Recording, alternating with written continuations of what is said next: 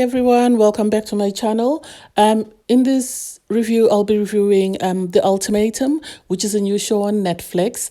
It's produced by Kinetic, which is the same company that gave us Married at First Sight and Love is Blind. But in this, unlike the two other experiments, in this experiment, they have couples that give each other, one of the partners gives an ultimatum because they want to get married and the other partner is not yet ready to get married. And hopefully by the end of the experiment, it's either they propose or they break up, or they propose to the person that they've lived with during the experiment. So anyway, I'll start off with my couples. I'll review the couples individually, and then we'll see as we go if there's anything else to add at the end. To start off with, there is Alexis and Hunter, who've been dating for 2 years, and Alexis has given Hunter an ultimatum. And for me, I don't quite understand this couple. I don't understand the need for them to get married. I couldn't quite grasp, because I've had to watch it like 2-3 times. I can't sort of grasp why Alexis feels they're ready for marriage. Hunter himself says he's not yet sure whether he's ready for marriage. And for me, I don't think coming onto the show is the best idea. I think maybe sitting down and discussing with your partner would have been better. But I don't see them lasting long term, really. I don't think they will last long term, because I think there's a lot of issues there with Alexis, especially with the way she behaves towards Colby, which is a partner for somebody else, when he rejects her. And I think she has issues that she needs to address in herself before she can move on and marry Hunter or whoever else in the future. But then that's just my opinion. From there, we go to Madeline and Colby. Madeline and Colby have been dating for 1.5 years. Colby's the one who gave an ultimatum, because he wants to be able to claim her to be, he says, I want to claim you to be mine. And for me, that's not good enough reason for you to want to get married. And Madeline is a bit standoffish. She's a bit... I think she comes across as she's just there for the ride because she's hoping to meet other people, not because she's in love. Because even when Kobe is kissing her, she's very awkward. It's sort of like, he's irritating her by whatever he's doing. And so I don't understand. He's quite a good looking guy. He comes across as a sweet guy. So I don't understand her reason. I think she says she hasn't been single since she was about 17, 18.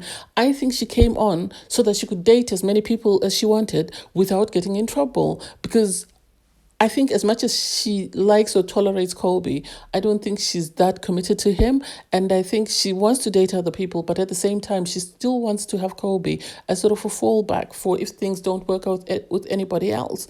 But I don't know. Colby says, he's ready to get married. He does explain to one of the other couples, to April, that, he's ready to start a family. He wants to. And so for me, I think to him, he sounds like he's ready, but I don't know how ready he is to get married.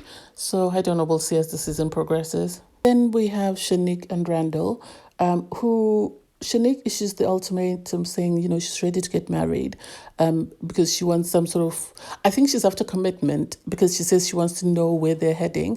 She has been dating Randall, and she's issued the commitment that, I want us to get married. Whereas Randall is sort of saying, when she talks about marriage, I don't think a lot of people, we grasp or we understand what marriage is. We just see it as something to accomplish, and not or something that needs to be done on a checklist. And so it's sad, because Shanique is saying, I want to get married, I want a ring, I want this. And Randall is also making valid points that, she likes to spend, she likes to do this. So I need someone who's committed to building a future with me. So I understand where they're both coming from, but I don't think Shanique is ready for marriage as much as she says she is. I think she's ready for a committed relationship that might lead to an engagement and lead to marriage. But it doesn't come across to me as though she's someone who's ready for marriage. And so I don't know. And the thing is, Madeline, as soon as she walks in, she sort of sets her targets on Randall. And I don't know. I don't know whether long-term Shanique and Randall can actually work. I think the only way they can work is, hopefully with this experiment as it goes along, they learn about themselves and they look at life from a different point of view, which apparently this experiment is supposed to provide them. And hopefully they'll be able to have a committed relationship, to leave this experiment after having committed to one another, or deciding to move separately and go on and find somebody else who wants what they want in life. But at the moment, I really don't see them together. I don't see a way forward or a future for them. So I don't know. We'll see as it goes. And then there's April and Jake. They've been dating. Jake says he was in the military. He's left the military, and he wants to sort of, explore life outside the military and create and start, to create a future for himself. And he can't see himself without April. And it sort of makes sense. But April says she's always wanted to be a. Just because you've always wanted to be a mother doesn't mean you need to hurry up and get married. You need to find the right partner in order for you to commit to that partner and build a successful relationship. So for me, I don't think they're aligned, because Jake said, I'm not ready to marry April, but if I find the right person, I would be able to make that commitment, which to me implies that as much as he's bought her a car, as much as he's given her so many things, he knows deep down that she's not the one, which is really sad, because April seems to think that she is the one for him. So I don't know what they'll do. From them, we go to Lauren, and from them we go to Lauren. Nate. For me, Lauren and Nate are a bit of a strange one, because Nate says he wants children. Lauren says she doesn't want children. So there are certain things you can compromise about in a relationship. One can say, I want 2 children, or one can say, I want 4 children. And maybe you meet in the middle and you have 3. But for you to go from 0 and somebody wants children to suddenly meeting in the middle, I don't understand it. I don't understand it. I don't see a way forward, because they would be lying to one another if they were to commit to one another, because somebody would always be miserable. And in the end, it could lead to infidelity, because whoever wants children might go and start looking for someone else who wants children. And I don't see that marriage working long term. So I don't know. We might be wrong. We might be right. I don't know. From there, we move on to Zay and Ria. For me, Ray or Ria, I don't know how you pronounce the name. Sorry, I didn't quite catch it. Zay comes across as a very good guy.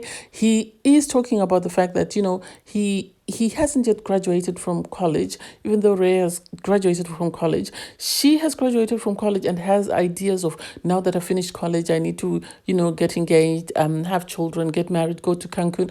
And it's like, that's not it. You finished college, you need to discover yourself first before you can make a commitment to having a full-term relationship, to becoming engaged to somebody, to having children. This is my problem with this show, because most of these people are quite young. Like April is only 23 and they're already talking about marriage. And so it brings to the surface the question, do they understand what marriage is? Do they understand what it means to be married and the commitments that come with being married to someone? And Zay comes across as a very sweet guy, so I really hope they find a way forward and they're able to make things work. They do set them up on speed dating, and for me, it's a bit awkward in the sense that, unlike, like if you look at Love is Blind, like season 2, the questions that they were asking each other and the information that they needed to make a commitment, it's totally different to what's being said here, because most of them are very superficial. Yes, Kobe and April had a very decent conversation where they talked about what they're looking for in a relationship and stuff.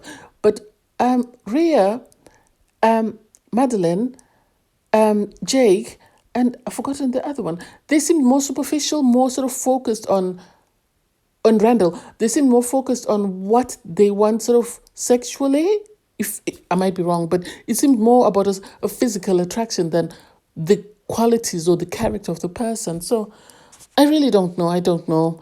I digress. Anyway, we'll move on to episode 2. I'll have to watch episode 2. Hopefully they'll change my mind. But at the moment, I really don't see any couple coming out of this experiment successful. So we'll see. Anyway, thanks to you guys for watching. Please don't forget to like, share, comment, and subscribe. See you next time. Bye.